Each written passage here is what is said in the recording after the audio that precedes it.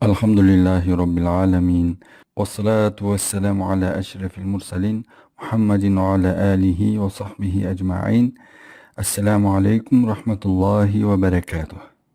Aliya мен Ғалия есімдерінің айырмашылықтары бар ма? Екеуі бір сөз бе? Осы жайында айтып өтсеңіздер деген мағынада сауал келген. Аталмыш екі есімнің екеуі де арабша. Бұлар қыз есімдері. Екеуі екі бөлік есім болып табылады. Бұлар арабшада бірі айн әріпімен басталады, алия, екіншісі болса ғойн әріпімен басталады, ғалия. Мағыналары да әртүрлі. Мысалы, алия есімінің араб тіліндегі нұсқасы алия. Қыз есімі араб қоғамында көп кездесетін есімдердің бірі алия деген.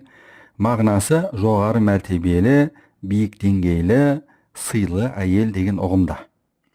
Ал ғалия болса, бұның да араб тіліндегі нұсқасы бар, оның нұсқасы ғалия, яғни ғалия.